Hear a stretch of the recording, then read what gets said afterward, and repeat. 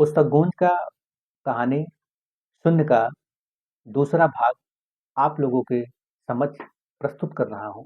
मैं सुनील तिवारी। सभी बंधुओं को मेरा प्रणाम। धीरे धीरे समय बीतता गया। संत बच्चे का बखूबी ख्याल रखते। उधर महाराज असद इस बात से परेशान था कि अभी तक सत का पुत्र जन्म नहीं लिया। ये देखने के लिए वो रोज कारागार भेजा था। इस बार भी हैरानी में असद, सत आखिर तू बाघ कब बनेगा और कितना बूढ़ा होगा? सत: महाराज, आपको नहीं पता, एक दिन मेरे पुत्र को देख तू हैरान होगा। असद: जब तेरा पुत्र जन्म लेगा तब हैरान होंगे, उसे अपने हाथों मृत्यु दूंगा। सत: इंतजार करिए, जल्द ही समय अपना करवट बदलेगा। शांति। महाराज, तुम्हें नहीं पता, उस बदलाव का जन्म हो चुका है। असद: बेसब्री से मुझे उस घड़ी का इंतजार रहेगा। इतना कहते हुए महाराज चला जाता है। उधर धीरे धीरे वक्त बीतता गया। शून्य का शिक्षा भी शुरू हो जाता है। संत देव उसे शिक्षा देते हुए: संत देव, सुन, तुम्हारा जन्म विशेष कार्य के लिए हुआ है। शून्य: पिताश्री, अब आप ही मेरा मार्गदर्शन करिए। संत देव: पृथ्वी पाप तले दबी जा रही है। महाराज असत के पाप का साम्राज्य का अंत अब तुम्हें ही करना है। शून्य: जैसा आपका आदेश, हम इस कार्य को अवश्य पूरा करेंगे। समय गुजरता चला गया। महाराज असद अपनी बेटी समृद्धि को धनुष विद्या में पारंगत कर दिए। असद: बेटी, तू जैसा धनुधर अब इस धरती पर दूसरा कोई नहीं। हमें अपनी बेटी पर नाज है। समृद्धि: मुझे अपने पिता पर फक्र है कि मुझे इस लायक बनाया। तक तक सेनापति क्रोध रथ लेकर आ जाते हैं। क्रोध: राजकुमारी, रथ तैयार है। इतना सुनते ही महाराज असद: समृद्धि, क्या हुआ, कहीं जाने की तैयारी है? समृद्धि: हाँ पिताजी, आज मैं जंगल का सैर करना चाहता हूँ। असद: ठीक है, जाओ सेनापति को साथ ले जाइए। समृद्धि: नहीं पिताजी, मेरे साथ किसी को भी जाने की जरूरत नहीं है। मैं अपना ख्याल बखूबी रख लूंगी। इतना कहते हुए अपने रथ पर सवार हो सीधे जंगल की तरफ निकल पड़ती है। तभी समृद्धि की निगाह एक हिरन पर पड़ती है। वो ज्यों ही अपने धनुष निकाल वार करती है, त्यों शून्य की निगाह उस पर पड़ जाती है। वो तुरंत तलवार के एक वार में तीर के दो टुकड़े कर देता है। उसी दौरान क्रोध में तमतमाती हुई समृद्धि: तू कौन है?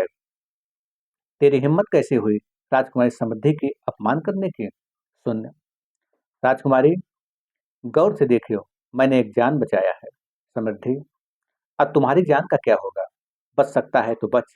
इतना कहते हुए तत्क्षण एक पर एक तीर छोड़ने लगती है, पर शून्य सारे वार को विफल कर देता है। शून्य: अब तीर खत्म हो चुका है, जाओ कोई ऐसा तीर बनाओ जो शून्य की सीमा तक पहुंच सके। समृद्धि: इस गुस्ताखी के लिए तुझे जल्द ही मृत्यु मिलेगा। शून्य: मृत्यु हमारा पहरेदार है, जो अभी सो रहा है, उसे जागने की भूल मत करना। क्रोध में बड़बड़ाते हुए राजकुमारी समृद्धि वहां से रवानगी लेती है और थोड़ी ही देर में अपने महल पहुंच जाती है। उसी दौरान महाराज अपनी बेटी को मायूस देख असद: बेटी, क्या हुआ, तुम्हारे चेहरे पर ये मायूसी कैसी? समृद्धि: पिताजी, आपके साम्राज्य में किसी ने मेरा घोर अपमान किया। असद: कौन है वो शख्स जिसने मेरी बेटी का अपमान किया? समृद्धि: वो शख्स बैजंती नदी के पास रहता है। इतना सुनते ही मंत्री घमंड: वहां तो संत देव का आश्रम है। असद: सेनापति जाओ, उसे मेरे सामने पेश करो। क्रोध: जी महाराज। सेनापति सेना की टुकड़ी ले सीधे जंगल की तरफ चल देते हैं। इधर महारानी अशांति अपनी बेटी को समझाते हुए: बेटी, अब तुम मायूस मत हो, उसे इस गुस्ताखी की सजा जरूर मिलेगा। इतना कहते हुए अपनी बेटी समृद्धि को गले लगा देती है। उधर जब सेनापति को संतदेव के आश्रम पहुंच जाते हैं, देखते ही क्रोध: संतदेव, कौन है उस शख्स जिसने राजकुमारी का अपमान किया? देव: सेनापति, तुम्हें कोई भूल हुआ है, यहाँ कोई शख्स नहीं है। सुन सेनापति, वो शख्स मैं हूँ जिसने एक नन्ही सी जान को बचाया।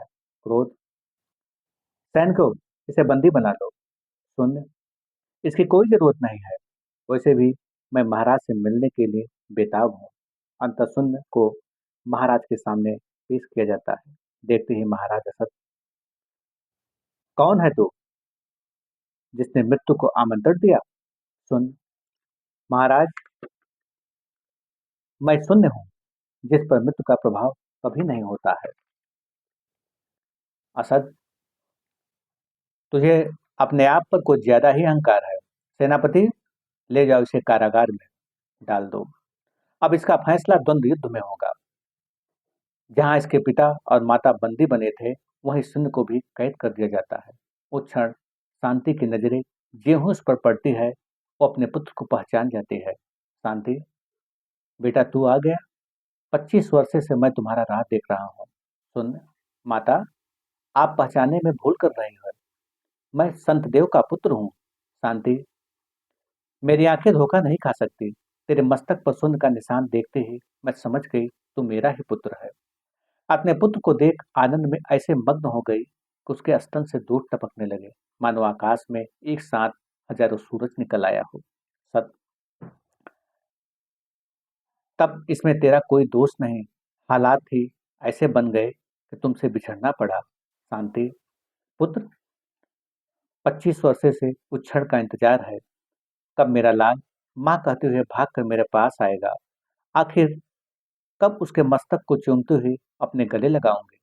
तत्पश्चात शांति अपनी बाहें फैला लेती है। उसके ममतामयी आंसू टपक रहे थे, मानो प्रत्येक आंसू में अनंत प्रेम छिपा हो। ये देख सुन की आंखें भर जाती है। कुछ क्षण के लिए तरस भूलकर क्या सही है क्या गलत है, इससे ऊपर उठ उस ममता के दरिये में गोता लगाने के लिए भागते हुए अपने माँ के गले लग जाता है। दोनों इस कदर भावुक हो रोने लगे कि उस दौरान सुन ममतामयी आंसू से पूर्णतः भीग जाता है। सुन माँ, मुझे नहीं पता क्या सही है क्या गलत, पर तेरी गोदी में जन्नत का सुख मिला। अपने आंसुओं को पोंछते हुए सुन गदगद बाड़ी में, सुन माँ, तेरे इज्जत मुझसे नहीं देखा जाता। शांति, पुत्र, हमने जख्म की तरफ भी कभी देखा ही नहीं। जख्म तो मेरे हृदय में था। दिन रात सिर्फ यही चिंता थी कि मेरा पुत्र ठीक तो है। यही सोच सोचकर एक एक पल भारी लग रहा है। सुन माँ, ये जंजीर अब ज्यादा देर तक नहीं रोक पाएगी। हम जल्द ही पाप के साम्राज्य का अंत कर आपको यहाँ से ले चलेंगे। बातों बातों में रात गुजर जाती है। सेनापति क्रोध शून्य को पुनः महाराज के सामने पेश करते हैं। असद, तुझे अपने वीरता पर नाज है, इसलिए मृत्यु भी तुझे उसी अंदाज में दिया जाएगा। सुन, मृत्यु से आंखें मिलाने के लिए मैं बेताब हूँ। असद, मंत्री घमंड, द्वंद्व युद्ध में इसका छाती फाड़ अपना कृति बढ़ाइए। घमंड, महाराज, अब इसके रक्त से ही आपका चरण धोएंगे। तभी महाराज की तरफ देख सुन, यदि विजय हमारा हुआ तो? असद, तो ससम्मान तुम्हें यहाँ से जाने दिया जाएगा। अंत भयंकर युद्ध छिड़ जाता है। मंत्री के हर प्रहार को शून्य विफल कर देता है। उस दौरान एक ही वार से घमंड का गर्दन तोड़ देता है। वो वहीं तड़पते हुए दम तोड़ देता है। और शून्य की वीरता देख मेघ बरस पड़ा। बिजलियां इस वीर के आवभगत में चमकने लगी। सुन महाराज, कल मैं पुनः आऊंगा। अपने अगले वीर को तैयार रखना। इतना कहते हुए सुन वहां से चला जाता है। और थोड़ी ही देर में वो अपने आश्रम पहुंच जाता है। उस क्षण संत देव को देखते ही सुन, पिताश्री, मेरे पीछे कौन सी सच्चाई छिपी हुई है? संत देव, हाँ, मुझे क्षण का इंतजार था जब तू स्वतः पूछेगा, तो ही हम बताएंगे। वो समय अब आ गया है। वो अपने टोकरी से उस संदेश पत्र निकालता है। संत देव, लीजिए, इस संदेश पत्र के साथ तुम मुझे बैदंती नदी के किनारे मिले। उस दौरान वो पत्र सुन के हाथों में दे देता है। उस पत्र को पढ़ते हुए सुन, मेरे पुत्र, आज मैं तुमसे बिछड़ रहे हूँ, मानो चांद आकाश से अलग हो रहा है। पुत्र, उस क्षण मेरे आंसुओं की धार इतनी तेज हो गई कि तुझे आखिरी बार चूम नहीं पाई। मैं परमपिता के भरोसे तुझे छोड़ रही हूँ। ये आस लगाए बैठी रहूंगी कब मेरा पुत्र मेरे पास आएगा, कब उसे चूमते हुए गले लगाऊंगी। तुम्हारी माता शांति तुम्हारा इंतजार कर रही है। पत्र पढ़ते ही सुन की आंखें भर जाती है। वो अपने माता पिता से मिलने के लिए बेताब हो गया। संतदेव, सुन, सब रखो, विजय तुम्हारा ही होगा। उसी क्षण राजकुमारी समृद्धि वहां पहुंच जाती है। उसे आंखों में आंसू भरे देख वो गदगद बाड़ी में, समृद्धि, सुन, मुझे क्षमा करना। मैं अपने पिता के पापों को देख हैरान हो गई। वे रोज इंसानों की बलि चढ़ाते हैं, वो इसलिए कि एक दिन वे अमर हो जाएंगे। उनका पूरा शरीर धीरे धीरे वृक्ष हो चुका है। यदि 2 प्रहर और बीत गया तो उनका पूरा शरीर वृक्ष हो जाएगा। यदि ऐसा हुआ तो पृथ्वी से पाप का अंत कभी नहीं होगा। तब महाराज असत ही अपना पूजा कराएंगे। सुन राजकुमारी, संभालो अपने आप को। उस परमपिता पर विश्वास रखो, विजय हमारा ही होगा। अब तुम चलो, आज मैं पुनः चुनौती दूंगा। देखता हूँ इस बार कौन मैदान में उतरेगा। तत्पश्चात राजकुमारी अपने रथ पर सवार हो चली जाती है। इधर संतदेव शून्य को आशीर्वाद देते हुए, संतदेव, जाओ, अपने कार्य को पूरा करो, अब परम पिता हमारे साथ है। अंत अपने घोड़े पर सवार हो शून्य सीधे महाराज असत के गढ़ पहुंचता है। वो अपने घोड़े से नीचे उतर चिल्लाता है, सुन महाराज, क्या है? कोई वीर जो मेरा सामना कर सके? असद, आज तेरे मित्र तुझे यहाँ ले आया है। क्रोध में महाराज चिल्लाते हुए, असद, सेनापति, जाओ, इसका वध कर अपने महाराज की कीर्ति बढ़ाओ।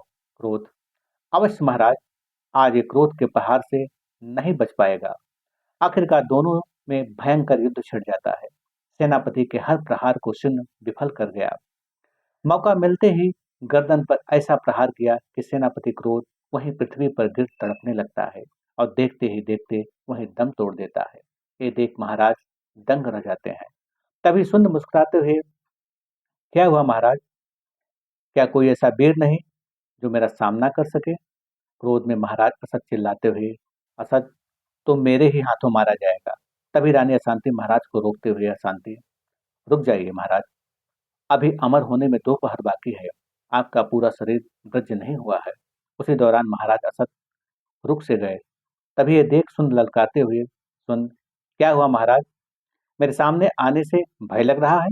अशांति, अभी महाराज युद्ध करना नहीं चाहते हैं। 2 पहर बीतने के बाद घड़ी वो जल्द ही आएगी।